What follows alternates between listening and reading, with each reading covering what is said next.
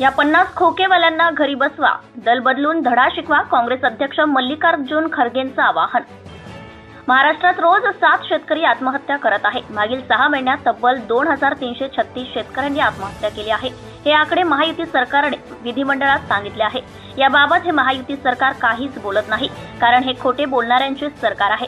त्यामुळे आता या 50 खोके घेणाऱ्यांच्या सरकारला आता तरी घरी बसवा आणि घरी बसवण्याची वेळ आली आहे। तर विचाराला तिलांजली देणाऱ्या दल बदलूंना धडा शिकवा।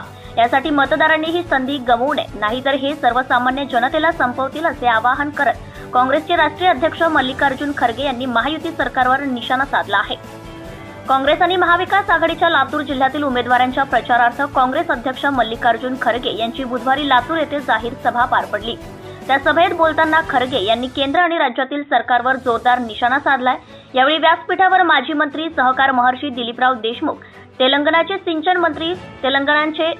सिंचन मंत्री उत्तम कुमार रेड्डी, कुणाल चौधरी, राजेश राठोड, खासदार डॉक्टर शिवाजी काळगे, लातूर शहर विधानसभा मतदारसंघाचे काँग्रेस महाविकास आघाडीचे उमेदवार माजी मंत्री आमदार अमित विलासराव देशमुख, लातूर ग्रामीणचे काँग्रेस महाविकास आघाडीचे उमेदवार धीरज विलासराव देशमुख, उदगीरचे उमेदवार सुधाकर भालेराव, औशाचे उमेदवार दिनकर माने, निलंग्याचे उमेदवार अभय साळुंखे, माजी आमदार सुधाकर शृंगारे, वैजनाथ शिंदे, श्रीशैल उडगे, संतोष सोमवंशी, राष्ट्रवादी काँग्रेस शरदचंद्र पवार पक्षाचे लातूर जिल्हाध्यक्ष संजय शेटे, शिवसेना उद्धव बाळासाहेब ठाकरे पक्षाचे लातूर जिल्हा प्रमुख संतोष सोमवंशी, शेतकरी कामगार पक्षाचे नेते उदय गवारे, लातूर शहर जिल्हा काँग्रेस कमिटीचे अध्यक्ष किरण जाधव, माजी महापौर विक्रांत गोजमगुंडे, माजी महापौर दीपक सूड आदींसह काँग्रेस, राष्ट्रवादी काँग्रेस शरदचंद्र पवार पक्ष, शिवसेना उद्धव बाळासाहेब ठाकरे पक्ष, आम आदमी पार्टी, शेतकरी कामगार पक्षाचे विविध पदाधिकारी, कार्यकर्ते तसेच नागरिक आणि महिला, पुरुष मोठ्या संख्येने उपस्थित होते।